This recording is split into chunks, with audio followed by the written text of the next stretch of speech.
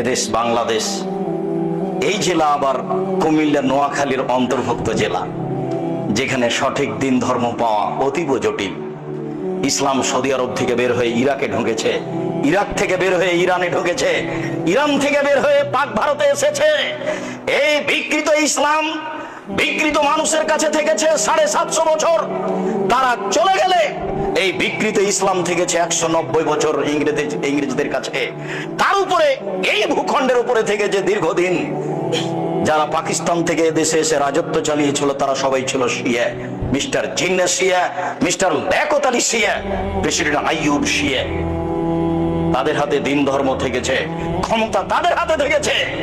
বিকৃত ইসলামী মানুষের কাছে ইসলাম বলে পরিচয় পেয়েছে, যার কারণে মাঝে মধ্যে আমি বলে থাকি আপনাদের কাছে, সঠিক বলাও যেমন জটিল, সঠিক মানাও তেমন কঠিন। কেন? সঠিক কথাগুলি বেঠিক কথাগুলি দুটাই আরবিতে লেখা আছে। আরবি বুঝে জাতির সামনে বলাও জটিল। কেননা যখন আপনি সঠিক বুঝেছেন তখন জাতি তো ধর্ম মনে করছে আর একটা। আপনি যদি বলেন, সমাজ আপনারটা মেনে নেবে না, সমাজ আর রি করে উঠবে। তারা বলবে এই কেমন আলেম বাপ দাদার ধর্মকে বিকৃত করতে এসেছে। ধর্মের পরিবর্তন মানুষ সহজে মেনে নেয় না, তার নাম আকীদা, তার নাম বিশ্বাস। মুহাম্মদ সাল্লাল্লাহু আলাইহি সাল্লাম আত্মীয় স্বজনের মাঝে বলেছিলেন, বাপ দাদা আত্মীয় স্বজন চাচা চাচি দেশবাসী খালা ফুফু সবাই জেনেছিল পৃথিবীতে সবচেয়ে ভদ্র নম্র সুন্দর মানুষ হচ্ছেন মুহাম্মদ সাল্লাল্লাহু আলাইহি সাল্লাম। তার আত্মীয় স্বজন জানতো পৃথিবীর মাটিতে মুহাম্মদ সাল্লাল্লাহু আলাইহি সাল্লামের মতো ভদ্র মানুষকেও জন্ম নেয়নি।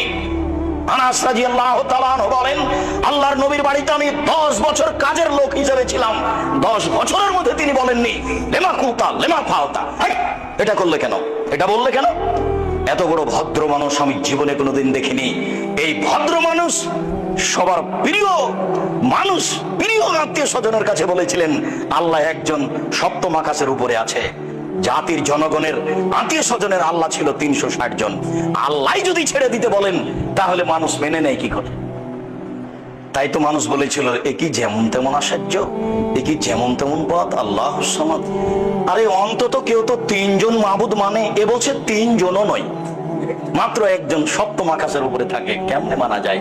একে হত্যা করতে হবে, নেহায়েত না হয় দেশ থেকে তাড়িয়ে দিতে হবে, নইলে জেলখানায় বন্দি করতে হবে, তিনটের যে কোনো একটা করতে হবে। এটাই তাদের সিদ্ধান্ত। এত বড় ভদ্র নম্র মানুষের উপরে হক বলাও যেমন জটিল, হক মানাও তেমন কঠিন।